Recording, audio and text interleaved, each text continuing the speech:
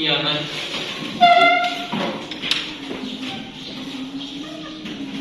Salaman. Assalamualaikum warahmatullahi wabarakatuh. Waalaikumsalam warahmatullahi wabarakatuh. Jurusan. Ibu izin melepaskan masker ya. Oke. Hari ini kita bertemu kembali. Apa kabar Anda sekalian? Hari ini semuanya hadir. Izin aja. Hadir. Ada yang izin? Iya. Siapa? Oke. Izin. Oke. Karena ini dulu semangatnya ya. Kita cek ya. Kalau ibu katakan salam biologi, Anandaku semua silahkan mengucapkan biologi dekat, biologi menyenangkan, biologi mantap. Oke, 1, 2, 3, salam biologi. Biologi dekat, biologi menyenangkan, biologi mantap. Mantap. Kalau seperti itu. Pembelajaran kita minggu lalu, ada yang masih ingat Anda sekalian? Kita belajar mengenai sistem gerak. Betul. Sistem gerak itu terbagi menjadi 2. Apa itu? Angkat tangannya. Oke, angkat tangannya. Silakan. Otot dan tulang. Otot dan tulang. Silakan. Otot merupakan sistem gerak aktif, sedangkan tulang merupakan sistem gerak pasif. Gerakan oleh otot. Nah, otot di kita biasanya kan orang kaum sebutnya daging ya. Daging. Nah, di sana itu hanya ada daging toh, apa ada saraf dan bulu? Ada ya. Nah, sekarang ibu mau tanya, pernah nggak kalian tuh terluka tangannya hingga berdarah? Pernah. Ada yang mau menjelaskan? Jadi pada saat terluka, apabila darah menetes lebih lama akan mengurangkan energi pada tubuh, atau bisa dibilang tubuh kita akan lemas karena hemoglobin yang rendah. Oke, HB kita rendah, darahnya ngalir terus. Ini Afifah sudah baca ya semalam? Oh, sudah baca. Jadi harus memang mempersiapkan sebelum kita masuk di pembelajaran sebelumnya. Oke, tangan luka, berdarah. Sekarang ibu ingin tanya, kalau luka kalian ya, darahnya itu netes terus menerus, itu berhenti nggak dia netes? Atau ada masa di mana tangan kalian tuh netesnya tuh lama sekali, tidak, istilahnya kurang berhenti gitu, tidak terlalu berhenti. Apa yang terjadi kira-kira jika luka pada tangan tak terus-terusan menetes? Mau ditambahkan? Ada yang bisa menambahkan? Atau Afifah kembali?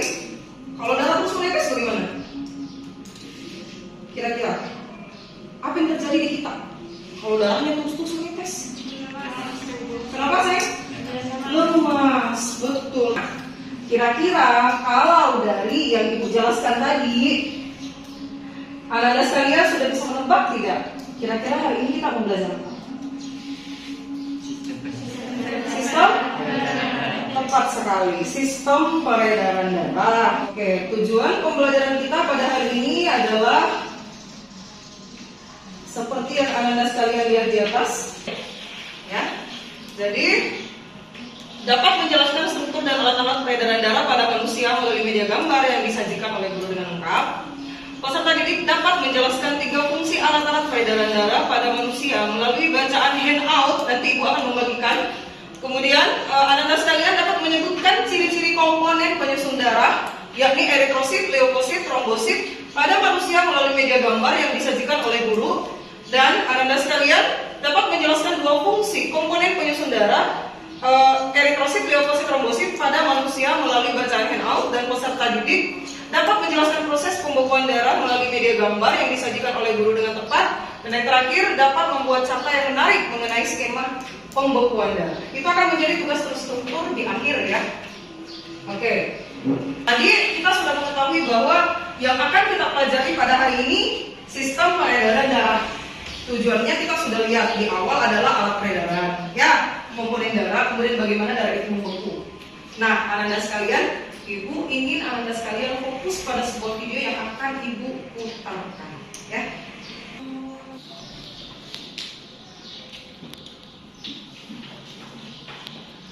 Oke, silahkan diperhatikan dengan baik. Fokus apa yang ada di video.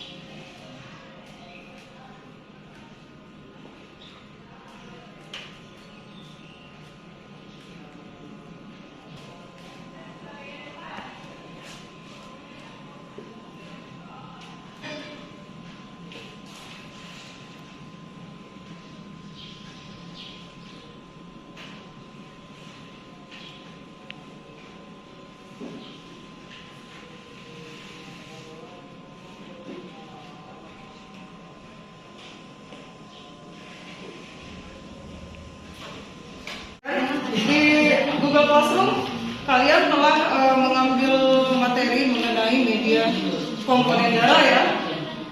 Oke, Ibu tampilkan sebagai bantuan kalian untuk melakukan identifikasi. Silakan.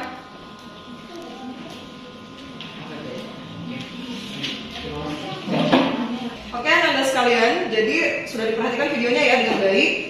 Nah, sekarang Ibu akan membagi anak-anak sekalian ke dalam 3 kelompok. Karena kita cuma 15 orang, ya. Jadi 3 kelompok. Jadi satu kelompok terdiri dari 5 orang. Satu miss ya, berarti ada satu kelompok yang 4 orang ya. Ibu akan membagikan untuk kelompok 1. Kita pakai kelompok yang sebelumnya ya, pertemuan sebelumnya. Kalau masih ingat, Ibu bacakan kembali. Kelompok 1 ada Abu Rizal, Umul Nafisa Kasim, Afifah Azahra, Alisa Fitri, dan Anissa Rapida. Silahkan mengambil tempat untuk bergabung. Ingat sayang, tetap prokes, ya, protokol kesehatan tetap dijaga. Kemudian ada Anur, Artika Dwi Bintari, kemudian Erza Humaira, Hajra, Hardiana Anwar. Kemudian Ibnu Hibban, silakan bergerak untuk kelompok kedua bergabung. Kemudian Ilham Dafa Maulana, Husnul Hatimah, Makfira, kemudian Makfirlah, silahkan bergabung.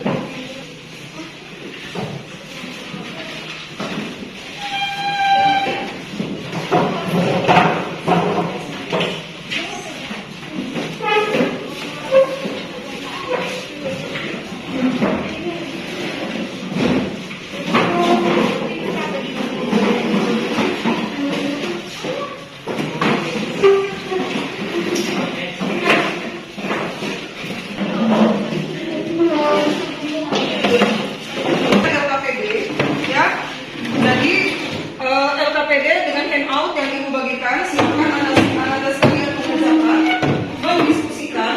Kemudian dari gambar atau video yang Anda lihat tadi, ya, Anda lihat tadi itu silakan dibuat atau identifikasi ada apa sih di video itu. Itu boleh ditulis di belakang LKPD tab. Ada apa di video itu, atau pertanyaan-pertanyaan yang tidak terwakilkan di dalam LKPD atau tidak terkait dengan video yang Anda sekalian tonton, itu bisa dituliskan di belakang LKPD. Ya, tuliskan pertanyaannya seputar video yang kalian tonton. Jadi silakan identifikasi apa sih tadi masalah di video. Ya. Ini handoutnya ya. Di sini ada materi yang bisa kalian gunakan.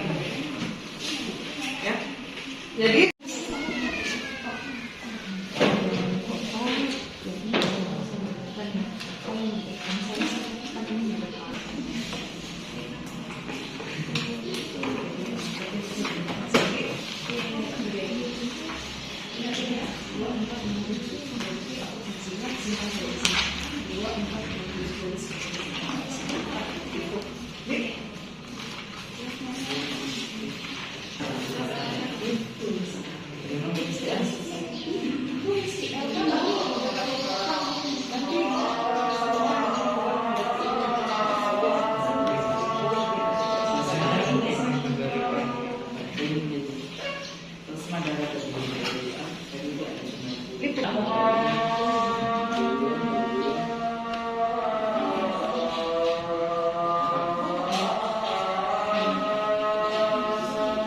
nanti kalau di sini ada ini kan tadi yang kita tonton pembukaan apa?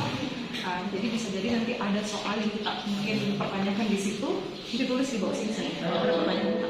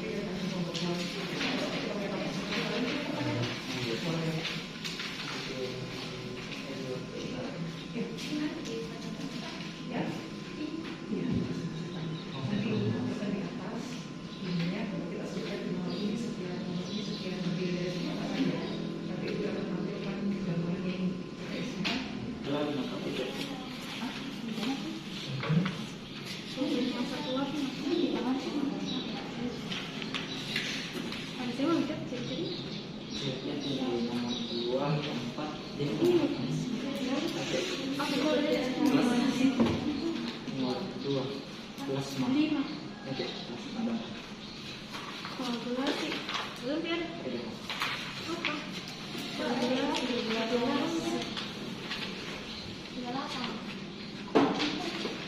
Yang pasti tidak.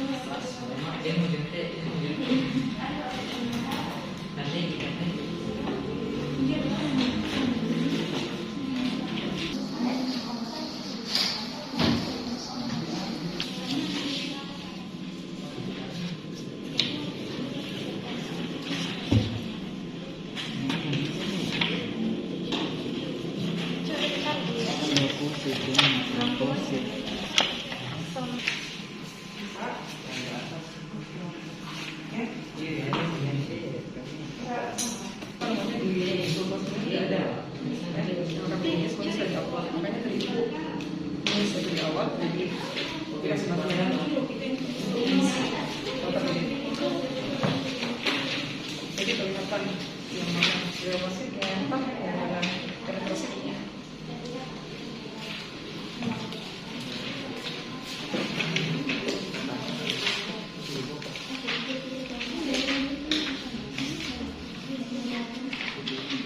Oke, waktu kita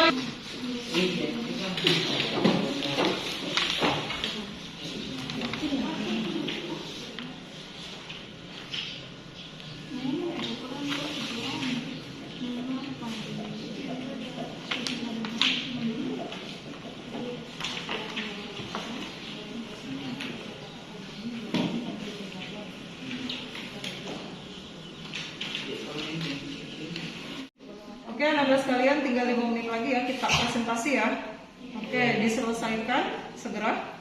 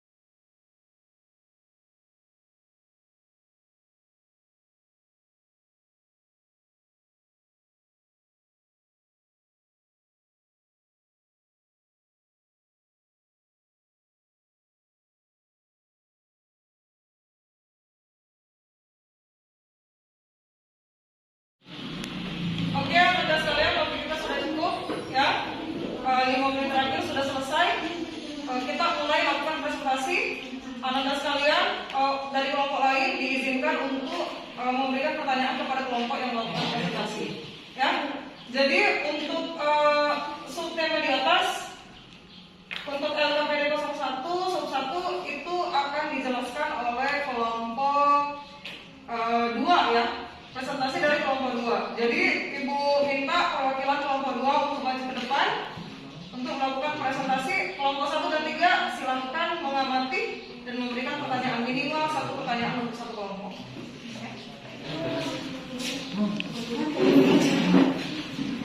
Kalau mereka bisa. Assalamualaikum warahmatullahi wabarakatuh. Waalaikumsalam warahmatullahi wabarakatuh. Kami dari kelompok 2 akan mempresentasikan hasil diskusi kami.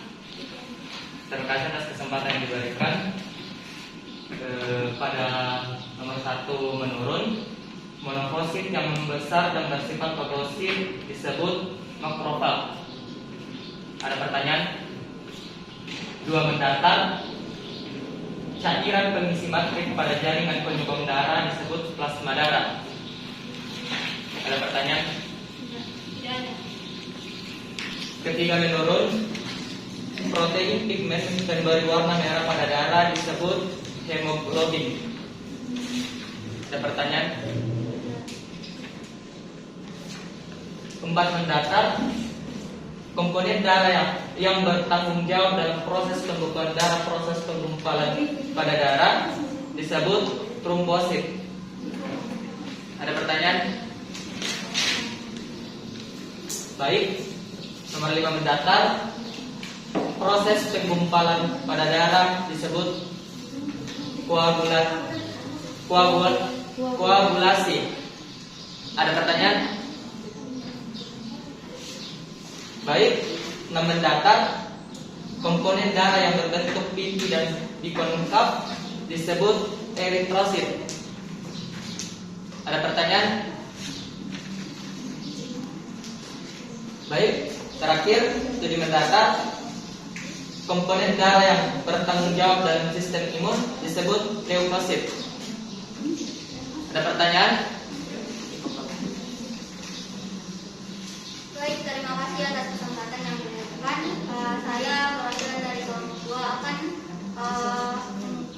menjelaskan fungsi dari beberapa sel di atas, yaitu pertama fungsi plasma darah. Fungsi plasma darah pertama yaitu mengatur tekanan osmotik darah, kedua mengangkut sari-sari makanan, ketiga mengangkut sisa metabolisme, dan keempat mengedarkan hormon untuk mengatur fungsi tubuh.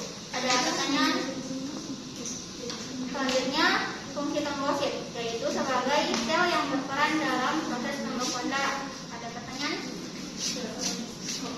Selanjutnya, nomor 6 mendatar, yaitu fungsi eritrosit adalah mengangkut oksigen dari paru-paru untuk diedarkan ke seluruh tubuh. Ada pertanyaan? Dan terakhir, nomor 7 mendatar, yaitu leukosit, fungsinya adalah melindungi tubuh dari benda asing dan melawan penyakit atau sebagai antibodi. Ada pertanyaan? Oke. Yang ingin memberikan pertanyaan kepada disilahkan. Boleh. Minimal satu orang, satu pertanyaan, maksud Ibu satu kelompok. Boleh, disilahkan. Ya. Untuk anggota kelompok lain bersiap untuk menjawab ya. Dari kelompok 1 saya ingin bertanya, yaitu pada pendarahan terjadi robeknya pembuluh darah di dalam tubuh kita. Nah, pada misalnya pada luka ringan itu akan berhenti, darah akan berhenti menetes. Apakah dari kelompok 2 bisa menjelaskan apa keistimewaan dari tubuh kita sehingga luka tersebut darahnya bisa berhenti atau cepat berhenti menetes? Terima kasih atas pertanyaan dari kelompok 1. Pertanyaan tersebut akan kami tampung terlebih dahulu dan akan kami jawab setelah semua presentasi selesai atau semua kelompok setelah selesai melakukan presentasinya. Terima kasih. Sekian presentasi dari kami. Assalamualaikum warahmatullahi wabarakatuh.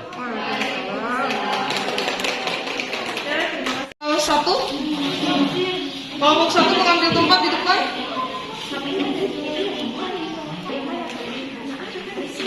Mulai.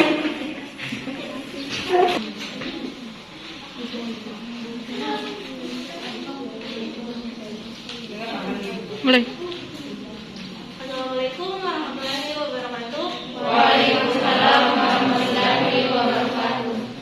Jadi kami dari kelompok 1 akan mempresentasikan hasil dari pengamatan kami, yaitu di atas telah disiapkan TTS yang sudah ada jawabannya. Jadi tinggal kami yang akan memberikan atau memenuhi pertanyaan yang ada. Jadi saya mulai dari mendaftar, itu nomor 2. Dari nomor 2 di situ ada plasma darah, di mana pertanyaan yang kuning itu adalah cairan penyusun matriks pada jaringan penyambung darah. Nah, pada 4 mendaftar itu ada trombosit. Pertanyaannya adalah komponen darah yang bertanggung jawab dalam proses pembuangan darah itu adalah apa? Dan pada nomor 5 mendaftar itu pertanyaannya adalah proses pengumpulan pada darah. Itu disebut apa? Nah, mendaftar terdapat kata elektrolit, di mana pertanyaannya itu komponen darah yang berbentuk sisik itu apa? Nomor 7 mendaftar itu pertanyaannya komponen darah yang bertanggung jawab dalam sistem imun itu adalah leukosit. Nah, pada menurun itu ada 2. Yang pertama adalah makrofag, di mana pertanyaan yang tepat pada hal tersebut adalah monosit yang membesar dan bersifat fagosit adalah itu makrofag. Pada 3 menurun yaitu protein pigmen memberi warna merah pada darah itu adalah hemoglobin. Sekian. Plasma darah, ciri-cirinya terdiri atas air sekitar 90%, protein plasma darah yang terdapat albumin, glubumin, fibrinogen, terdapat juga antibodi, zat makanan dan mineral, dan sisa metabolisme. Pada bagian trombosit, ciri-cirinya keping darah berukuran kecil dan memiliki bentuk tidak beraturan. Keping darah tidak berhenti, masa hidupnya sekitar 10-12 hari. Dalam setiap milimeter kubik darah terdapat keping darah sebesar 200.000 sampai 400.000 butir. Keping darah berperan dalam proses penggumpalan darah. Pada bagian koagulasi, ciri-cirinya itu mudah membar tanpa ada alasan jelas, pendarahan menstruasi berat sering mimisan, pendarahan yang menempel ke persendian.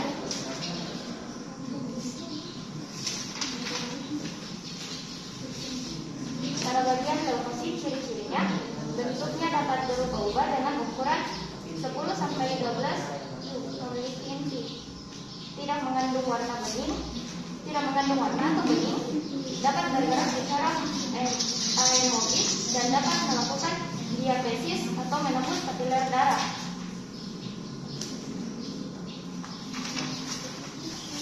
Sekian dari saya. Assalamualaikum warahmatullahi wabarakatuh. Jadi itulah paparan dari kami. Kami akan menerima atau malah senang mendapat pertanyaan dari kalian yang akan kami tampung. Mungkin ada pertanyaan? Saya mau bertanya. Jadi disebutkan di sini di nomor 4 mendaftar yaitu komponen darah yang bertanggung jawab dalam proses pembekuan darah, jawabannya adalah trombosit. Apakah selain trombosit ada komponen darah yang lain yang bertugas untuk membekukan darah? Itu pertanyaan dari Pak. Oke. Ditampung, silakan kelompok 1 ya. Oke. Ada lagi? Ya, ngalir gitu. Oke, silakan kelompok lain yang ingin bertanya. Jadi ini pertanyaan yang menarik ya untuk kelompok 1. Apakah hanya trombosit saja yang ada di komponen yang berperan dalam pembekuan atau ada yang lain? Oke, terima kasih kepada kelompok 1. Aplaus dulu dong. Oke, Ibu persilakan kelompok 3 untuk mengambil tempat di depan melakukan presentasi. Silakan. Audrey.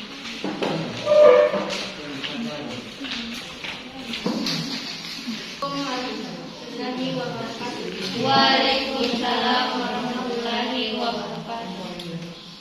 Terima kasih atas kesempatan yang diberikan. Baik, kami akan mempresentasikan hasil diskusi kami tentang proses pembekuan darah.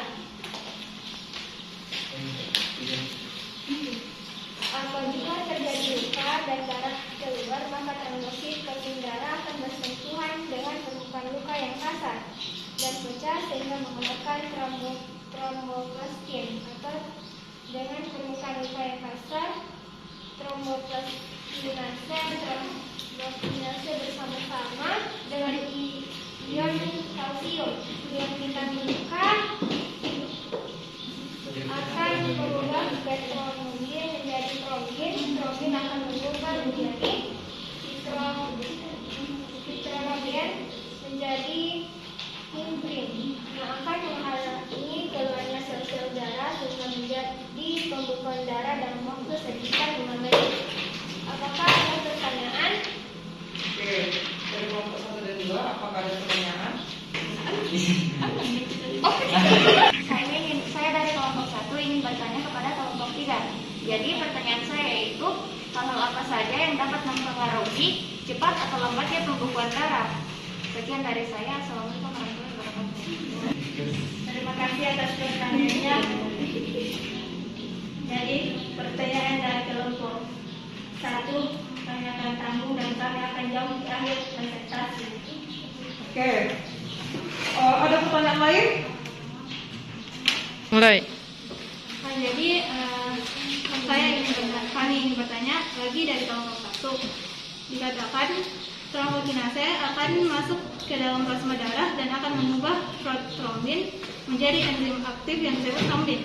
Nah, apa zat-zat yang dapat mempengaruhi proses tersebut dan apa yang akan terjadi apabila enzim tersebut tidak diaktifkan?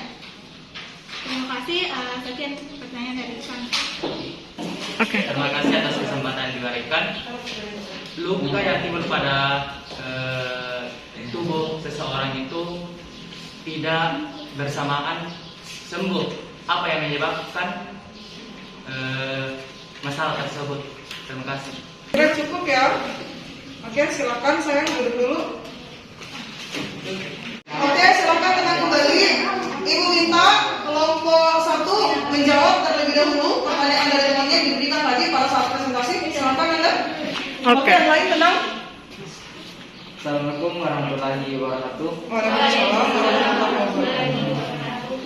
Oke, terima kasih atas waktu yang diberikan untuk menjawab pertanyaan dari kelompok 2. Pertanyaannya, apakah trombosit saja yang berperan dalam pembekuan darah?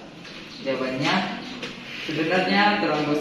sebenarnya yang berperan dalam pembekuan darah itu cuma trombosit.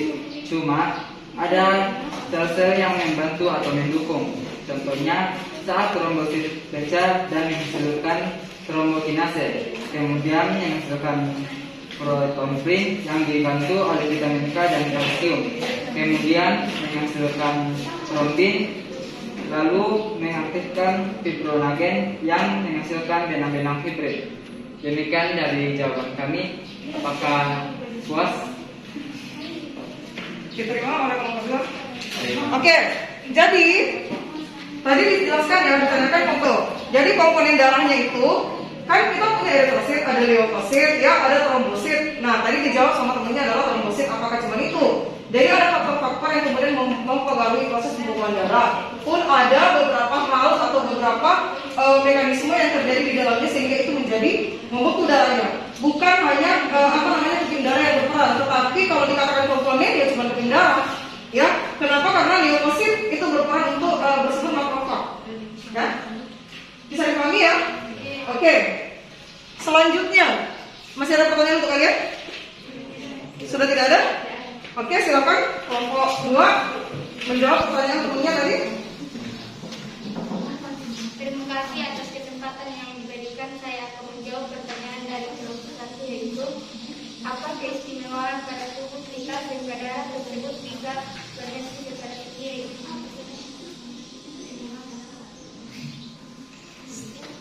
Mengapa tubuh kita dikatakan istimewa? Karena dalam tubuh kita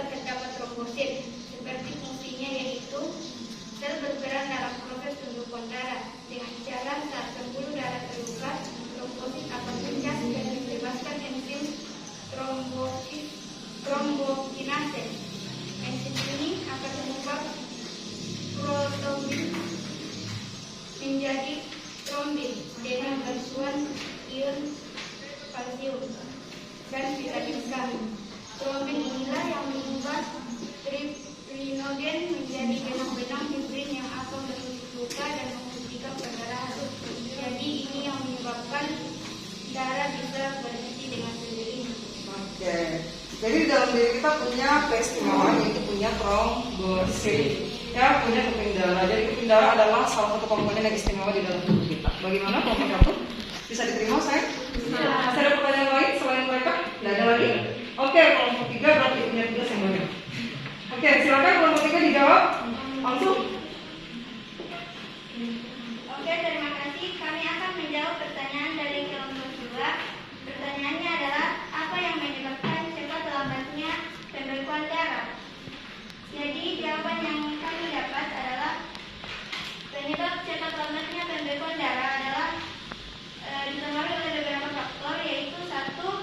Fibrinogen adalah protein plasma yang disintesis di hati dan dapat diubah menjadi fibrin. Yang kedua, ion kalsium merupakan ion anorganik dalam plasma serta dapat diperoleh dari makanan dan tulang.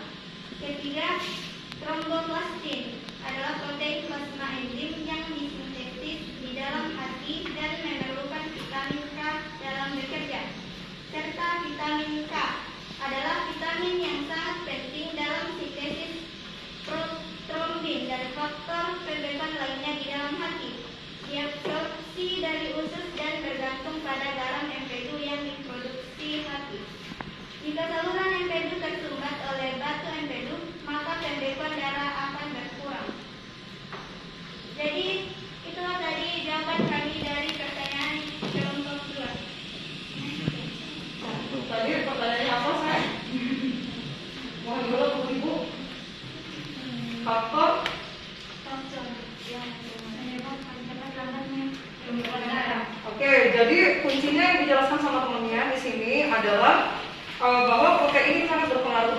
Ketersediaan protein, faktor protein untuk mendukung proses pembekuan darah itu sangat berpengaruh. Itu bisa didapatkan dari makanan, dari kesiapan kondisi tulang, bisa dari glukosa juga. Kandungan glukosa yang tinggi ya di dalam darah itu bisa menyebabkan darah itu menggumpal lebih cepat. Ya, kandungan glukosa, kemudian faktor golongan darah. Tapi golongan darah ini saya kita pelajari di pertemuan berikutnya. Ya, faktor golongan darah itu mempengaruhi. Jadi salah satu faktor cepat lambatnya membeku darah. Ya, pada umumnya golongan darah A itu lebih lambat bekunya. Ya, ada yang bergolongan darah A? Oke, sama seperti ibu berarti ya. Itu biasanya lambat membeku saya. Ya, itu dari beberapa percobaan yang pernah kita lakukan. Nah, nanti kita bisa melakukan itu juga. Ya. Nah, apa lagi pertanyaannya masih ada?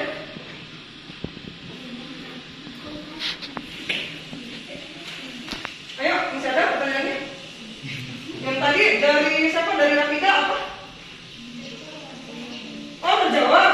Oh, sekaligus terjawab ya. Karena sudah ada dua langsung ya faktornya dengan apa yang menyebabkan cepat lambatnya membeku. Oke, bentar ya disatukan. Nah, ini lagi yang pertanyaan Afifah berarti. Ya? Apa? Coba baca dulu supaya kita semua dengar. Siapa tahu ada kelompok lain yang bisa membantu. Ya. Dikatakan bahwa trombinase akan masuk ke dalam plasma darah dan akan mengubah trombin menjadi enzim aktif yang disebut trombin. Nah, pertanyaan adalah zat yang mengaruhi proses tersebut dan apa yang terjadi apabila enzim tidak diaktifkan. Apabila enzim tidak diaktifkan, ada yang bisa membantu temannya? Ini sulit ya untuk nomor 3. Sulit ya. Kira-kira apa yang terjadi ketika enzim tidak diaktifkan? Pembekuan darah akan darah tidak akan bisa dibekukan. Kenapa saya? Darah? Darah akan terus keluar. Oke, darah akan terus keluar. Darah akan sulit membeku. Gitu ya? Karena enzimnya tidak diaktifkan. Jelas, ini menjadi salah satu faktor. Ya, faktor yang mempengaruhi, bahkan sangat mempengaruhi pembekuan darah. Simpel. Maka yang terjadi adalah ketika enzim tidak diaktifkan, berpengaruh pada ion kalsium. Ya, ini vitamin K dan ion kalsium walaupun membantu, kalau enzimnya tidak diaktifkan, maka pembekuan darah akan sulit terjadi. Ya, biasanya kalau pembekuan darah sulit terjadi, darah ngalir terus menerus, ini kita sebut dengan penyakit hemofilia. Ya, atau penyakit sulitnya membeku darah. Tapi itu akan kita bahas di pertemuan yang ketiga minggu depan, 2 minggu ke depan lah kurang lebih, ya. Oke, saya kira cukup untuk hari ini. Silakan perhatikan PPT di atas. Ini yang kita pelajari hari ini sayangnya. Oke, ini mengenai darah. Ya, dari tujuan pembelajaran kita, kemudian ini adalah darah. Cairan yang berwarna merah yang terdapat dalam pembuluh darah. Fungsinya sebagai alat pengangkut, kemudian saat makanan, mengangkut zat-zat makanan dari sel-sel genjot usus ke seluruh jaringan tubuh, kemudian oksigen dari alat pernapasan ke seluruh jaringan tubuh yang membutuhkan oksigen. Jelas terlihat ya? Iya. Oke, ini adalah darah masih, kemudian yang diangkut adalah karbon dioksida. Nanti akan bertukar karbon dioksida ini pada bagian alveolus. Oksigennya masuk ke dalam tubuh, karbonnya keluar. Ya, oksigennya akan berdifusi. Saat sisa metabolisme dari seluruh jaringan tubuh ke alat-alat ekskresi, ya. Hormon dari kelenjar buntu atau endokrin ke bagian tubuh tertentu, kemudian air untuk diedarkan ke seluruh jaringan tubuh. Fungsi kedua ada sebagai benteng pertahanan tubuh dari infeksi berbagai kuman penyakit, kemudian sebagai penjaga stabilitas suhu tubuh, ya, sebagai pengatur keseimbangan asam dan basa untuk menghindari kerusakan jaringan tubuh. Jadi sangat banyak fungsi darah ya. Darah manusia itu sebagian besar 40-50% terdiri atas sel darah merah, sel darah putih dan keping darah yang tadi kita sudah jelaskan yang berperan dalam pembekuan darah, trombosit, ya, itu bisa dilihat.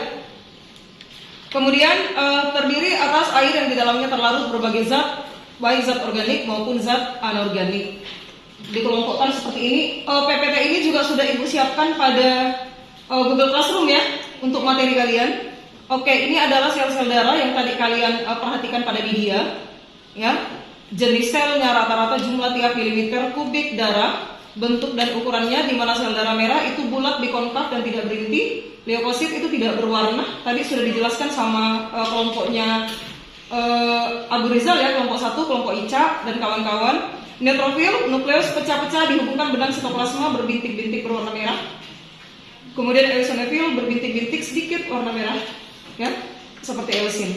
Kemudian ada basofil, ada limfosit, monosit, trombosit, ya. Ciri-ciri khusus sel darah itu sesuai dengan komponennya ya, hemoglobinnya, eritrosit embrionya, eritrosit yang mampu bertahan. Kemudian ciri-ciri khusus sel darah juga ada leukosit seperti apa? Dia punya nukleus, dapat bergerak bebas. Amoeboid, itu amoeboid artinya dia bergeraknya acak ya, bergeraknya acak. Dapat menembus dinding kapiler yang disebut dengan diapedesis. Proses pembekuan darah seperti tadi yang kita jelaskan sayang, serabut kolagen, keping darah melepaskan bahan kimia membuat keping darah, di sekitarnya melekat. Faktor pembekuannya dari keping darah, sel-sel rusak, plasma, ya, kemudian pecah, ya, yang pecah itu mengaktifkan protrombin menjadi trombin, kemudian trombin mengaktifkan fibrinogen menjadi benang-benang fibrin, ya. Penyumbatan oleh keping darah, benang-benang fibrin terbentuk, sel darah menutup sehingga terjadilah. Jadi kalau ada di kata itu yang seperti serat-serat halus, yang terkadang itu kita buka-buka kayak kapas, nah itu adalah benang-benang fibrin. Jadi menghitam, menutup, jadi kayak kapas. Jadi kalau ada luka di lutut tuh biasanya sulit sembuh karena persendian kan. Jadi kalau dia bergerak, otomatis ada benang-benang yang seakan-akan tertarik. Nah itu adalah benang-benang fibrin yang terbentuk dari fibrinogen. Golongan darah kita akan jelaskan pada pertemuan selanjutnya, ya. Oke. Cukup enggak untuk hari ini?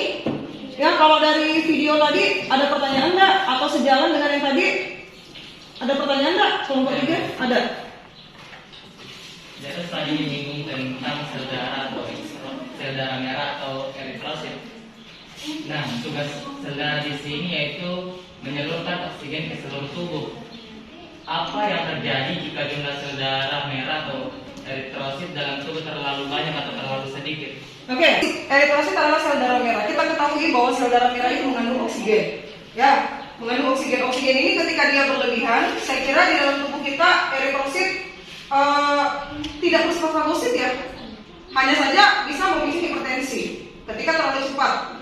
Ya, bisa memicu hipertensi. Sedangkan ketika dia kalau dia berlebihan, kemudian dia tidak dia tidak mengalami pemompaan jantung masih normal, itu tidak menjadi masalah. Itu terkait dengan alat-alat peredaran darah ya. Tetapi ketika misalnya ini terkait berkurang atau darahnya berkurang, ini prosesnya mungkin kasusnya hampir sama dengan penyakit leukemia ya. Di mana leukositnya jauh lebih banyak daripada jumlah sel darah merah. Sehingga sel darah merahnya ini karena leukosit bersifat makrofag atau bersifat bersifat fagositosis ya, ini akan menyebabkan sel darah termakan oleh sel darah putih, sehingga menyebabkan orang tersebut akan kekurangan sel darahnya. Ya, jadi kita akan kekurangan oksigen, menjadi sesak dan segala macam.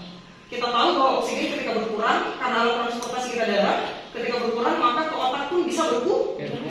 Kalau ke otak berkurang bisa pusing, bisa ada macam-macam, bisa anemia. Ya, bisa anemia. Kalau misalnya kita kekurangan darah. Kalau kelebihan bisa menyebabkan hipertensi juga. Ya. Oke? Masih ada pertanyaan? Untuk kelompok 3? Atau cukup? Cukup? Oke? Dicukupkan. Kalau tidak ada pertanyaan lagi, Ibu menganggap bahwa selesai kita pada komponen darah. Ya.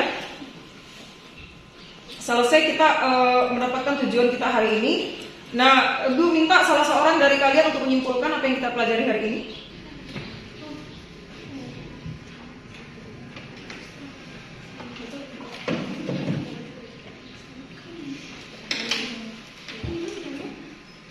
Oke, boleh mungkin ya salah seorang Ibu tunjuk, Abu Rizal, mungkin apa yang kita pelajari hari ini? Boleh disimpulkan apa aja? Oke, untuk pembelajaran kita hari ini, yang pertama membahas tentang fungsi plasma darah, kemudian membahas tentang antibodi yang terdiri dari eritrosit, sel darah merah, kemudian membahas tentang skema eritropoiesis, kemudian membahas tentang mekanisme pembekuan darah, kemudian membahas tentang ciri-ciri dari komponen darah. Oke. Cuma itu? Cuma itu. Ada yang lain? Ada yang menambahkan? Jadi benar ya, yang kita pelajari hari ini ada komponen darah, ada alat-alat peredaran darah, kemudian ada ada proses atau mekanisme pembekuan darah. Ya, oke. Kalau tidak ada pertanyaan lagi, ya. Jadi semua telah melakukan presentasi dengan baik, ya. Kelompok 2 mungkin punya punya pertanyaan, 2 pertanyaan ya. Oke, bagus. Jadi tadi memberikan 2 pertanyaan, kelompok 1 mendapatkan 1 pertanyaan, ya. Oke, jadi ditingkatkan untuk kemudian applause untuk kita semua dulu. Ditingkatkan presentasinya untuk kedepannya, bagaimana fokusnya disiapkan kembali. Kalian tolong mempelajari mengenai golongan darah untuk pertemuan kita minggu depan, dibaca-baca di rumah. Kemudian Ibu memberikan tugas bikin membuat carta yang menarik ya mengenai proses pembekuan darah. Tadi sudah kita pelajari, tapi Ibu minta kalian bikin yang lebih menarik, menggunakan gambar orang mungkin di dalam carta, kemudian melihatkan proses orang terluka mungkin, kemudian darahnya membeku, jadi menggambarkan di atas sebuah karton ya, membentuk sebuah carta. Bisa ya?